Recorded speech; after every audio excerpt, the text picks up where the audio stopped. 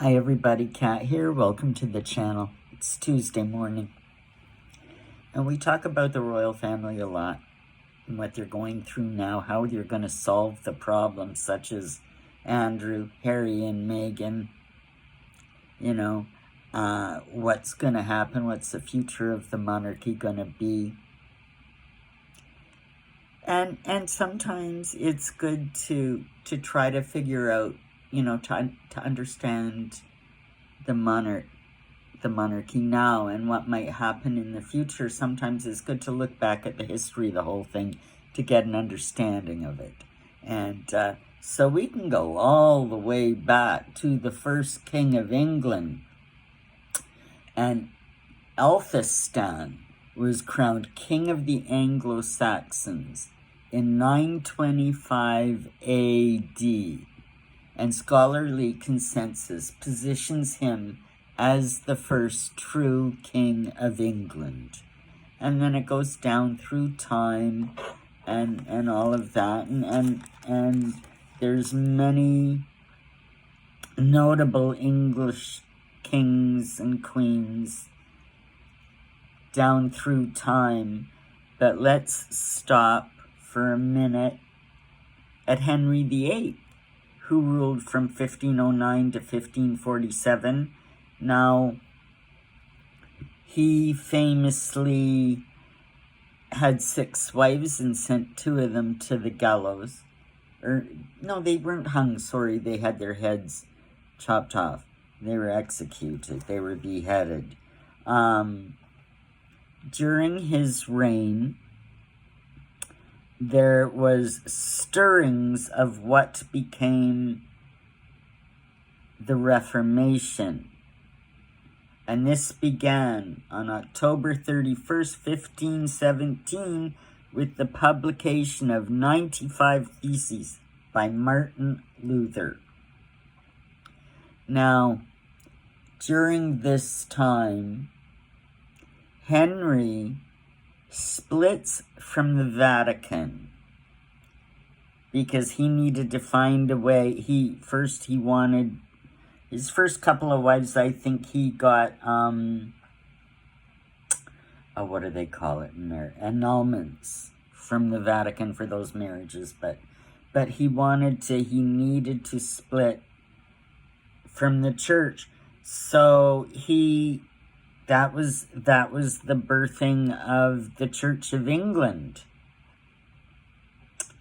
But interestingly enough, even though I think it was Anne Boleyn who was the Reformationist. It could have been one of the other ones. I'm not 100% up on my wives. But anyway, the interesting thing about Henry, even though the Reformation swept not only England, but Europe, Germany, all over, he never renounced his Catholicism, even though he positioned himself as head of the church.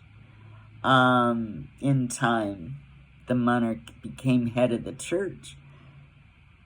He never renounced his Catholicism, and I find that kind of interesting. And now what followed this was the interregnum, and that ran from January 30th, 1649 to May 29th, 1660, when the country's rulers tried to define and establish a workable constitution without a monarch, from the execution of Charles II in London on the 30th of January, 1649, to the arrival of his son Charles II in London on 29th of May, 1660.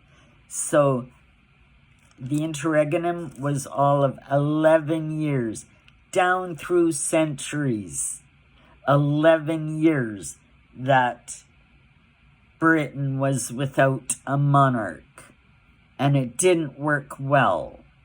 So when the monarchy was reinstated, I'll tell you, from that time, They made a deal with the government. They made an agreement. Now, this is why we have what's called a constitutional monarchy. The monarchy sits at the head of the government, but they have to interact. You know, there's a quid pro quo. Neither one of them has absolute power. That's not exactly true. But, you know, because the monarch has the power to prorogue government and has done so in the past, which means stopping everything and, you know, let's restart this. I don't like what's going on with my government. Yeah, you know, the monarch has the power to do that, absolute power. But they've made this agreement and this perception given to the public. Okay, so now that's how it is.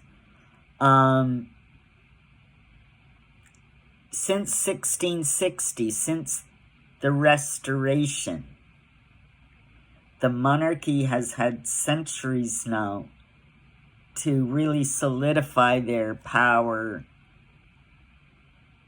in monetary ways, in government ways, in ruling, in ownership, and land, and I mean the whole shebang. What they've got going on is so far from what, you know, we're told. It's quite interesting. But, you know, now, I mean, since then, since the Restoration, their prime motivation has been self-preservation. Everything the royal family does, everything they work for, is for self-preservation and continuance. That's number one. And they'll sacrifice one of the crew for the betterment of the monarchy as a whole, you know. So that's not a problem. If things get in their way, they're just as ruthless as they used to be. They just don't use swords anymore. But yeah. Charles is weak. And his apparent inaction in dealing with Harry and Meghan, those issues, the non-existent children, the line of succession, the counselors of state, all these issues, the lying, the treachery coming out of Meghan and Harry, holy moly. And then you've got Andrew,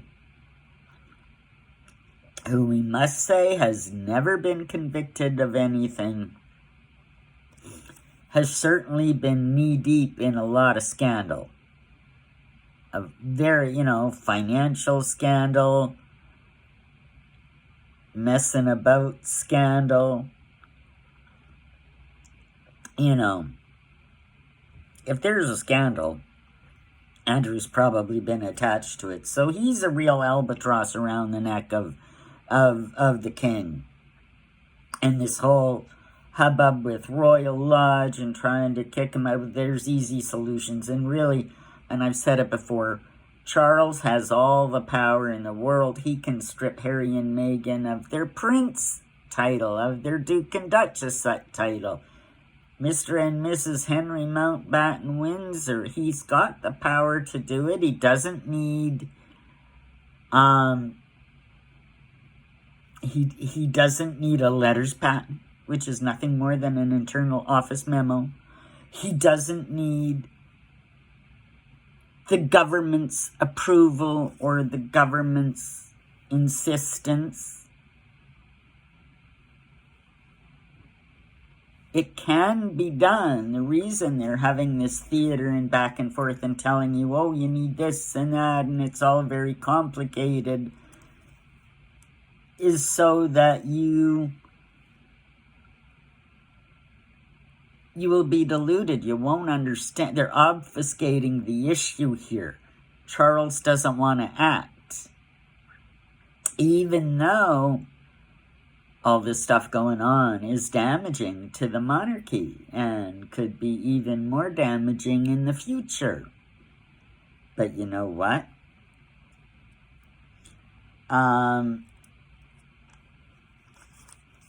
As long as Charles refuses to act,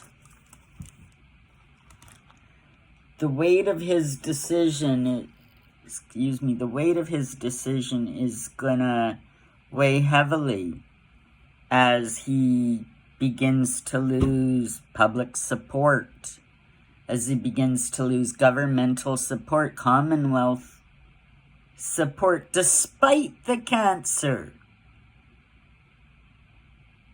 And that's, I've been saying all along, and I believe we've already begun to see William step in and assume control, and we're going to see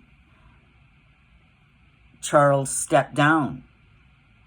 I really believe this, and it's going to, the cancer is a great excuse, but it's going to be William that has pushed him to abdicate. This is what I think is going on. My opinion only. I might be completely wrong. But you know what? Everything I've kind of said about this is kind of fallen into line magically. It's just a matter of critical thinking and looking at things and figuring it out. But anyway, that's what I think is going on. I think we're in for an interesting next few weeks. I think we're going to see things shift shape a little bit. So I'm looking forward to seeing what happens. I hope you are too. Stay with me. Like, subscribe, hit that notification button, send me a comment. I want to know what you're thinking about all of this. And we'll see you in the next one. Take care, everybody.